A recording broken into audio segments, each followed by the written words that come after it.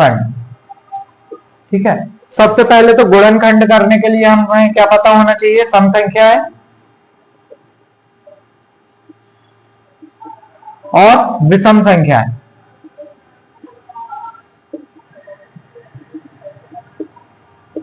ठीक है, सम संख्या कौन कौन सी है, 0, 2, 4, 6, 8, 10 अनंत तक। ठीक है, ठीक है, और विषम संख्या 1, 3, 5, 7, 9, अरे नहीं, सम और विषम पूछ रहा हूं। ठीक है, मैं ये नहीं बोल रहा हूं कि अभाज्य नहीं पूछ रहा हूं या भाज्य नहीं पूछ रहा हूं, मैं बोल रहा हूं कि सम संख्याएं क्या क्या होती हैं, 0, 2, 4, 6, 8, जो 0 से शुरू होती है और 1 के गैप में रहती है। ठीक है, और विषम संख्या 1 से शुरू होके एक एक गैप करके बनती है। ठीक है, तो ये 9, फिर 11, 10, 10, 10 और अंत तक।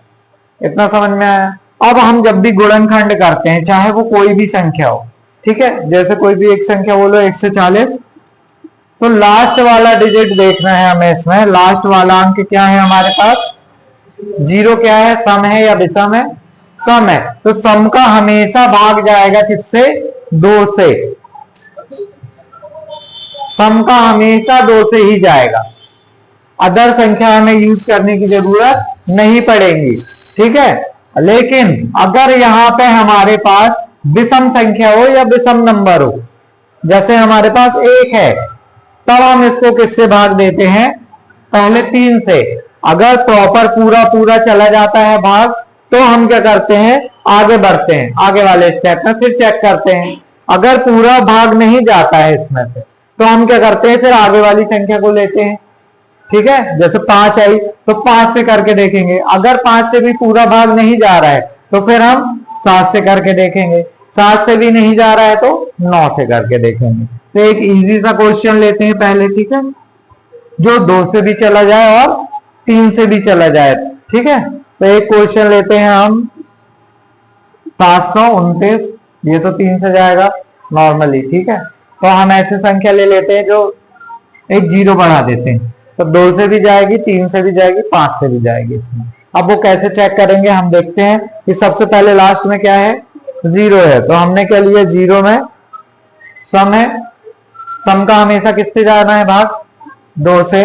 ठीक है, तो 2 तिया 6, 1 बचा, 2 छिंग 12, 2 चौके 8 और 2 पंचे 10। अब लास्ट में क्या है, 5 है, तो 5 हमें किससे चेक करना है, विषम है, तो विषम का किससे भाग देना, पहले 3 से। तो 3 से देके देखो, 3 से प्रॉपर जाएगा तो ठीक है, नहीं तो फिर उसके आगे बढ़ेंगे, 5 से करके देखेंगे। ठीक है, पहले 3 से करके देखते हैं, 3 एकम 3, 3 दूनी 6, 3 एकम 3, फिर 1 बचा, 3 पांचे 15, फिर 5 आया है, तो फिर हमें विषम आया है, तो हम क्या करेंगे, 3 से ही भाग दे के देखेंगे। ठीक है, तो 3 से करके देखते हैं, 3 चौके 12, और देखो 1 में भाग जाएगा क्या, नहीं, 2 संख्या एक साथ जब भी हम लेते हैं फर्स्ट भाग के बाद, है ना, फर्स्ट संख्या के बाद, तो हम क्या लगाते हैं, उसमें 0 लगा देते हैं।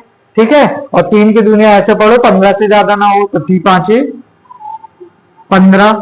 अब देखो 3 से जाएगा कि नहीं, करके देखते हैं, 3 एकम 3, 1 बचा, 3 तिरका 9, फिर 1 बचा, 3 पांचे 15, फिर 3 से देके देखेंगे। ठीक है, तो ये ऐसा कब तक चलता रहेगा, जब तक यहां विषम है ना। ठीक है, और हमें 3 से ही भाग देना, ऐसा नहीं है कि 3 से ही भाग जाएगा, हमें चेक करना पड़ेगा कि प्रॉपर भाग जा रहा है कि नहीं, कुछ बच रहा है मतलब 3 से भाग नहीं जाएगा, फिर हमें आगे संख्या बढ़ानी पड़ेगी। ठीक है, तो हम 3 से देते हैं, पीछे 3 चौके 12, 3 पांचे 15, फिर 3 से देके देखते हैं, 3 एकम 3, 3 पांचे और 3 पांचे 15 और 5 एकम 5। इतना समझ में आया। ठीक है, अब हमें क्या करना है, इसमें बताना है कि क्या बताना था,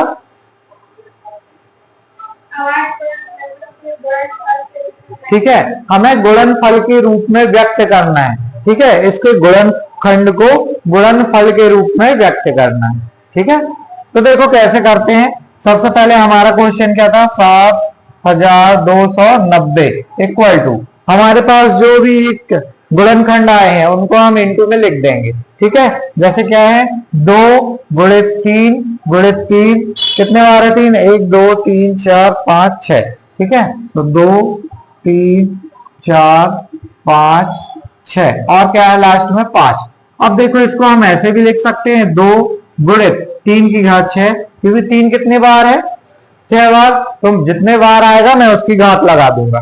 ठीक है, अब हम क्या कर रहे हैं, इसमें गुणित 5 है तो 5, ये टूट गया और ये व्यक्त कर दिया हमने गुणनखंड। ठीक है, ये कैसे हुआ इसमें, समझ में आया ये इतना। ठीक है, पहला जो इसमें क्वेश्चन है, हमारे सारे क्वेश्चन इसी रूल से सॉल्व हो जाएंगे। लास्ट क्वेश्चन कौन सा है, इसका लास्ट क्वेश्चन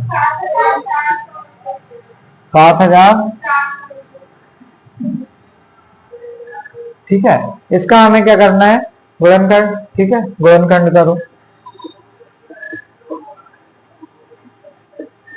ठीक, क्या है 7429, किससे जाएगा, हाँ 3 से, 3 से करके देखो जाएगा, प्रॉपर जाएगा, पहले चेक करो।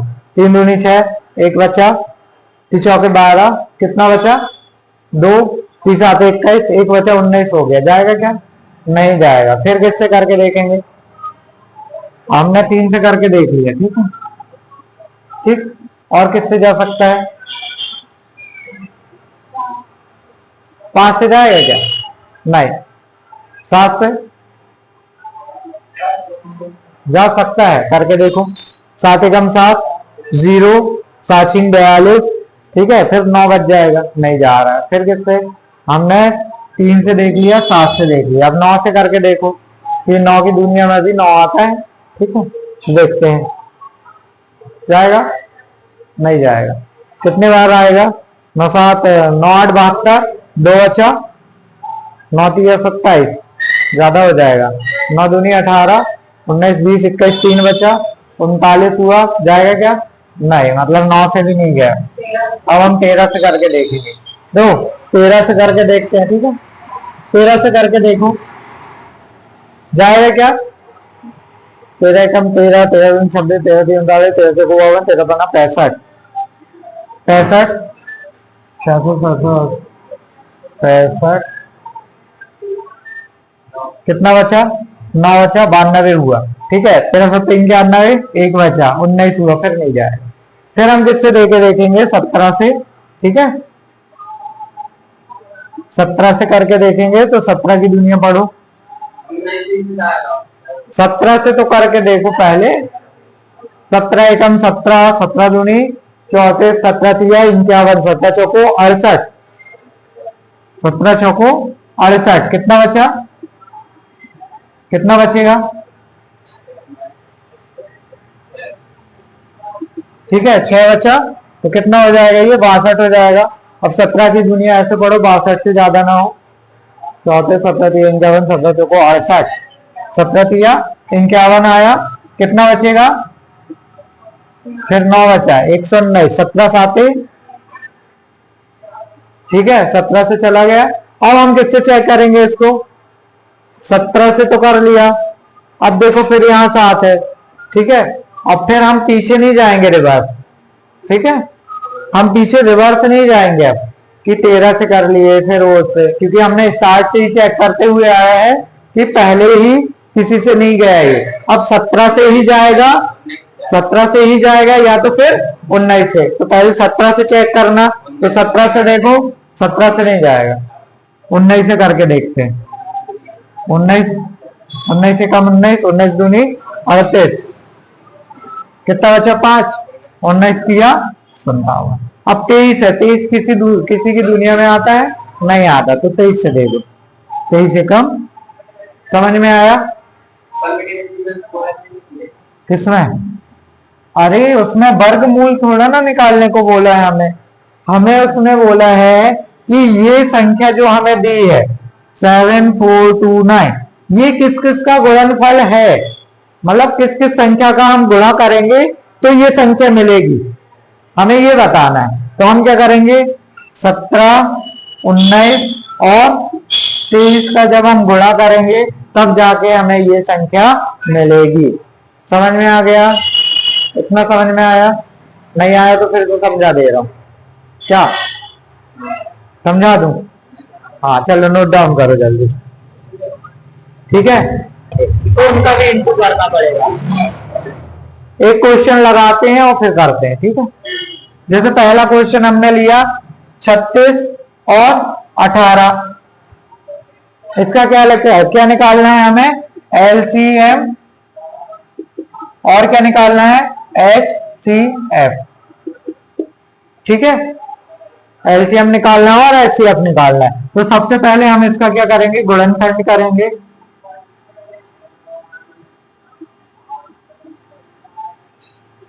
ठीक है, तो गुणनखंड हम, अब देखो तुम लोग ऐसा सोचते होगे कि हम पिछली क्लास में हम ऐसा करते थे कि 36 और 18 को एक साथ कर देते थे, ऐसा करते थे।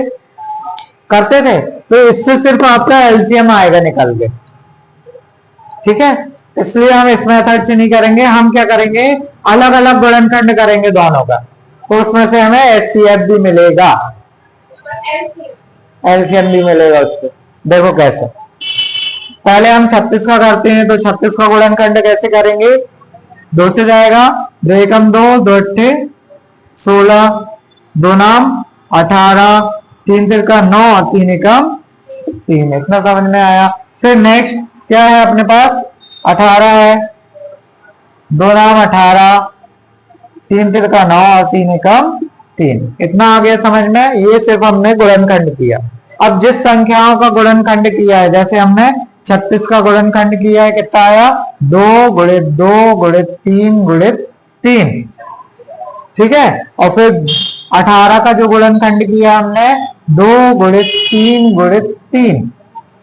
अब हमें क्या निकालना है, इसका एचसीएफ और एलसीएम निकालना है हमें। तो हम क्या करते हैं, एचसीएफ किस किस संख्या का निकालना है, 36 का और 18 का। तो क्या निकलेगा वो देखते हैं।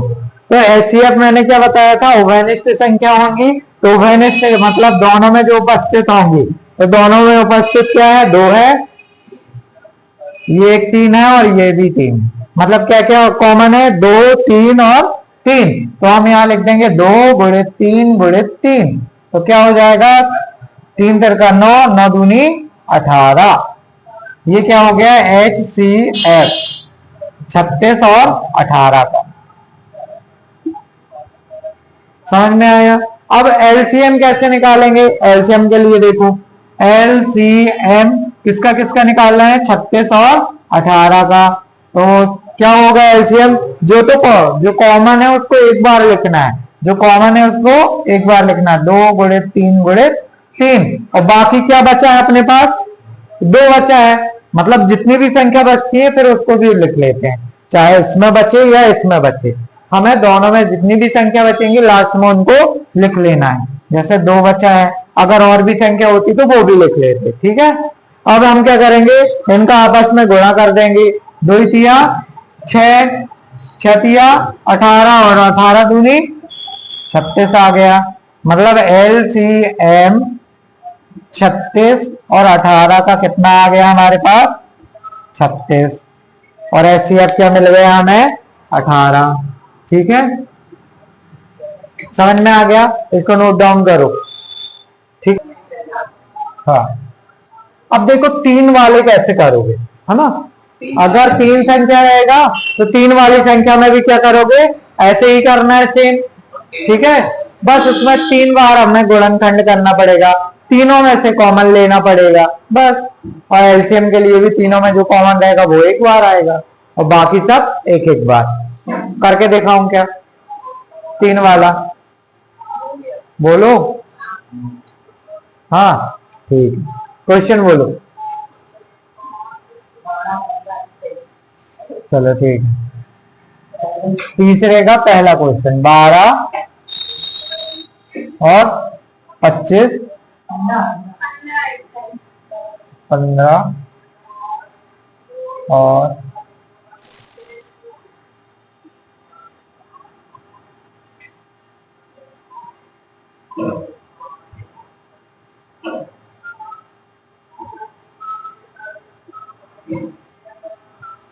ठीक है, ये है क्वेश्चन। ठीक है, एलसीएम और एचसीएफ ज्ञात करना है इसका। तो सबसे पहले हमें क्या करना है, गुणनखंड करना है इनका। ठीक है, तो पहले 12 का गुणनखंड करो, कितना आएगा, 2×12, 2×3 6 और 3 एकम 3। अब 15 का करो, 3×5 15, 5 एकम 5। 21 का करो, 3×7 21 और 7 एकम 7। अब तीनों को लाइन से लिख लेंगे जैसे इसके पहले वाले क्वेश्चन में हमने लिखा था। ठीक है, क्या लिखेंगे, 12 इक्वल टू कितना आया, 2×2×3। इसको हमने तोड़ के लिख लिया। और फिर हमने लिखा है 15 को, 15 को क्या लिखा है, 3×5। ठीक है, और 21 को लिखा है हमने 3×7। अब देखो इसमें ये 3 हमारे पास क्या है, ये कॉमन आ रहा है, तो हमारा ये क्या होगा, HCF। किस किस का है, 12, 15 और 21 का क्या है, 3। ठीक है, अब हमने क्या किया, एलसीएम निकाला, LCM। एलसीएम कैसे निकालोगे, 12, 15 और 21 का कैसे निकालेंगे, जो कॉमन है उसको एक बार लिख लेते हैं, बाकी जो जो बचा, जैसे 2 बचा, फिर 2, फिर है 5 और फिर है 7, इनका आपस में गुणा कर दो। ठीक है, कितना आएगा, 430, 420 आएगा। ठीक है, गुणा करके देख लो, एक बार चेक कर लो सही आया कि नहीं।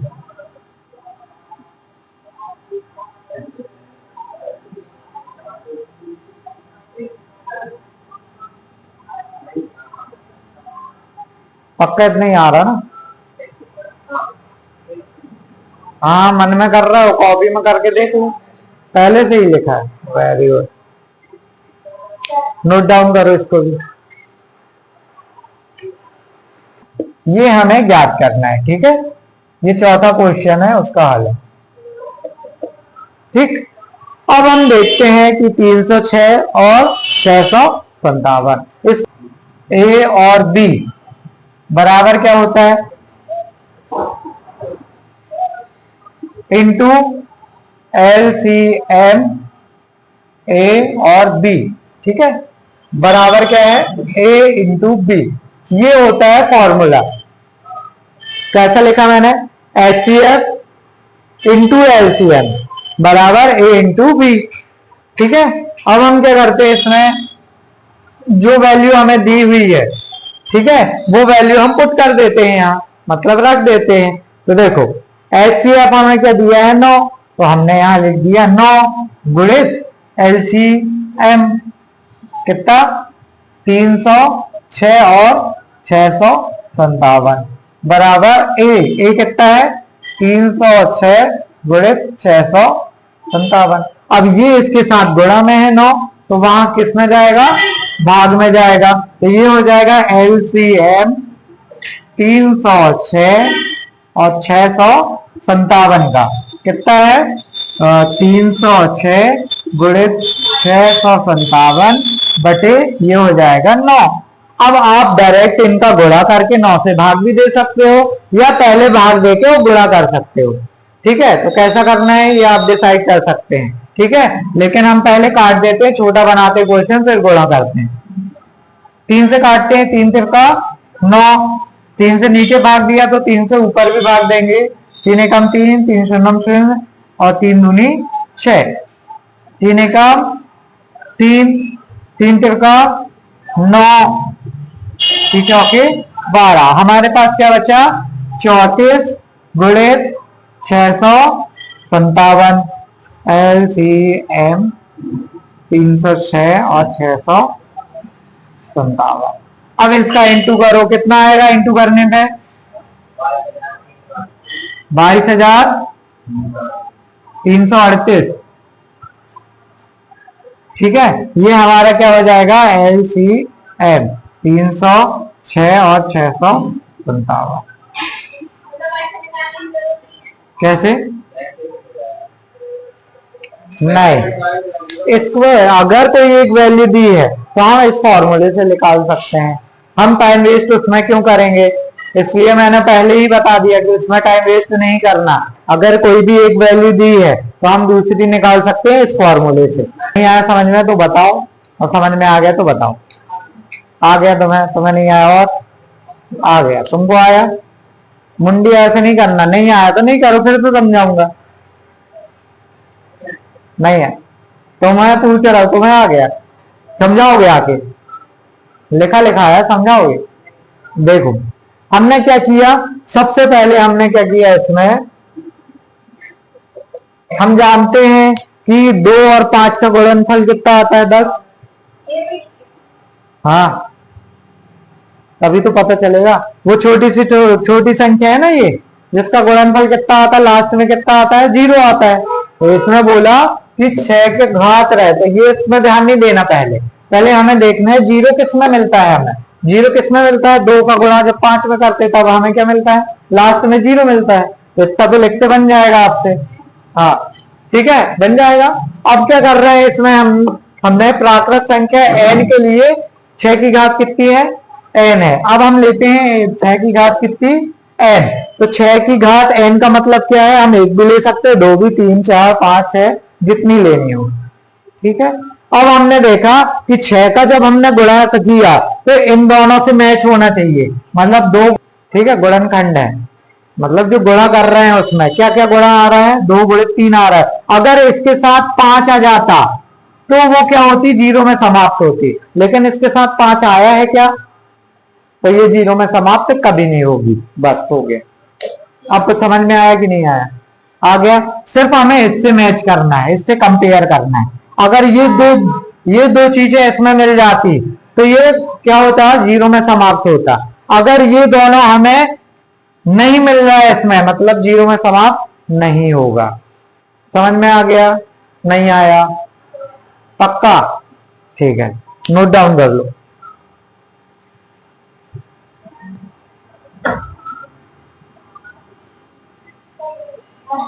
और पेपर में भूलना नहीं, सिर्फ 2 चीजें करनी है अपन को। 2 स्टेप है, पहला स्टेप ये है, दूसरा स्टेप ये है। बस ये इसमें नहीं मिल रहा है इसलिए 0 में समाप्त नहीं होगी। बस हो गया, तसा तो है, हो गया।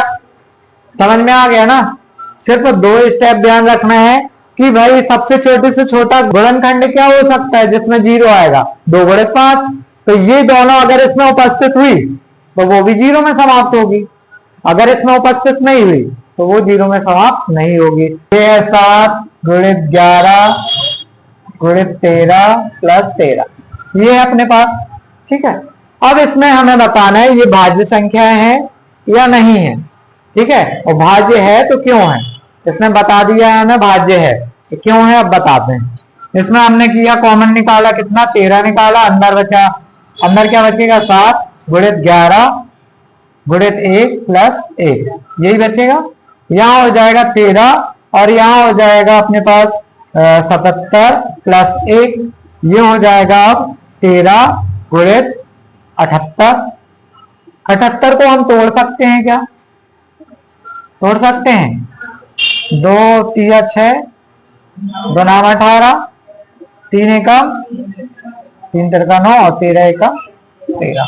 अब देखो हमने इसको तोड़ के लिख दिया 13 गुणित 13 गुणित 3 गुणित 2। मतलब इसका मतलब क्या है? इस संख्या में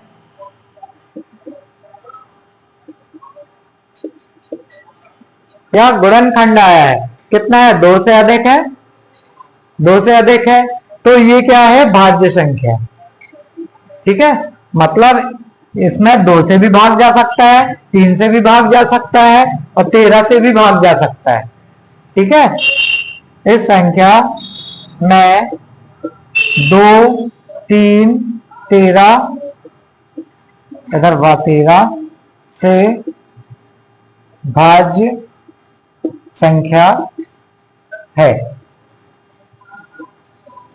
अतः ये यह क्या होगी? भाज्य संख्या होगी।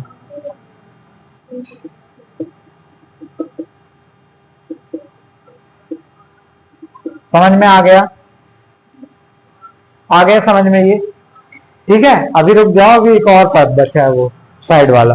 देखो हमने क्या किया, सबसे पहले कॉमन निकाला, जो कॉमन आया अंदर का सॉल्यूशन किया, इसको हमने तोड़ा तो ये आया। अब ये देखो, ये दोनों 13 क्या है, एक सी संख्या है, 13 13 है, तो हमने क्या किया, 13 एक बार लिखा है इसको, ठीक है। और इसके पहले क्या था, 2 और 3, तो ये दोनों 2 से भी विभाज्य, मतलब 2 से भी भाग जा सकता है, 3 से भी भाग जा सकता है, और 13 से भी भाग जा सकता है इन संख्याओं में, इसलिए ये भाज्य संख्या है। इतना समझ में आया? ऐसे ही सेम इसको करना है। क्या दिया है, 7 6 गुणित 5 गुणित 4 गुणित 3 गुणित 2 गुणित 1 प्लस 5, ये दिया है। अब हमने क्या किया, इसमें 5 कॉमन निकाला हमने, तो अंदर बचेगा 7 गुणित 6 गुणित 1 गुणित 4 गुणित 3 गुणित 2 गुणित 1 प्लस 5, ठीक है। क्या प्लस 1 है, ये 5 ही तो है ना, ओ सॉरी, हाँ, यहां से 5 कॉमन निकाला तो ये आ गया, ठीक है। ठीक, अब हमने क्या किया, इन सबका गुणा किया, तो गुणा करने में कितना आ रहा है, 1008 प्लस 1, ठीक है। अब हम क्या करेंगे, इसका गुणा कर देंगे, 5 गुणित ये आ जाएगा 1009, इतना ही आ रहा है। सेम ऐसे ही लिख देंगे, क्या लिखेंगे, इस संख्या में, ठीक है, क्या क्या है, 5, मतलब 1 ले लो पहले, 1 से तो भाज्य होगा ही होगा, ठीक है, फिर 5 है, वाह 1009, 1009 का गुणनखंड नहीं होगा, 1009 ही होगा, ठीक है। तो उसमें हमने क्या लिख दिया, 1009। अब क्या हो रहा है, इस संख्याओं से क्या होगी, ये से भाज्य होगी, अतः यह भाज्य संख्या होगी।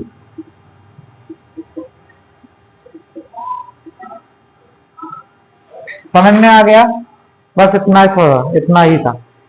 किसी खेल के मैदान के चारों ओर एक वृत्ताकार क्या है, पथ है, मतलब पथ मतलब रास्ता, ठीक है, रास्ता।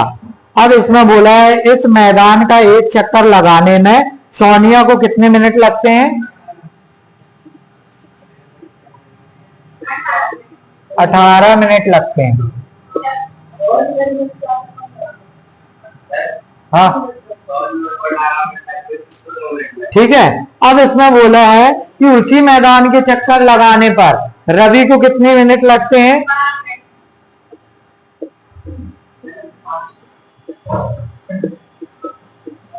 ठीक है, रवि को लगते हैं 12 मिनट। अब ये बताना है कि कितने समय बाद वे पुनः प्रारंभ करेंगे, तो हमें क्या करना है, इसमें एलसीएम निकालना पड़ेगा। क्या करना पड़ेगा, दोनों का एलसीएम निकालना पड़ेगा। पहले 18 का निकालो, फिर हाँ करना हो तो कर लो इकट्ठे, मैं अलग अलग कर देगा, इकट्ठे करना है, इकट्ठे कर लो। अगर एचसीएफ चाहिए रहेगा तो फिर अलग से निकालना पड़ेगा, ठीक है। अब यहाँ पे क्या 12 करो, कितना आएगा, 2 9 18, 2 6 2 9 का 9 और 2 6 2 3 3 एकम 3 3 3 का 9 और 3 एकम। अब देखो कितना आया, 2 गुणित 2 गुणित 3 गुणित 3, कितना आ जाएगा, 36 मिनट लगेंगे। 36 मिनट में पुनः फिर से वो करेंगे, ठीक है। चेक कर लो एक बार, समय बाद वो पुनः देखो, 36 मिनट बाद वो वह पुनः, क्या लिखा था, पुनः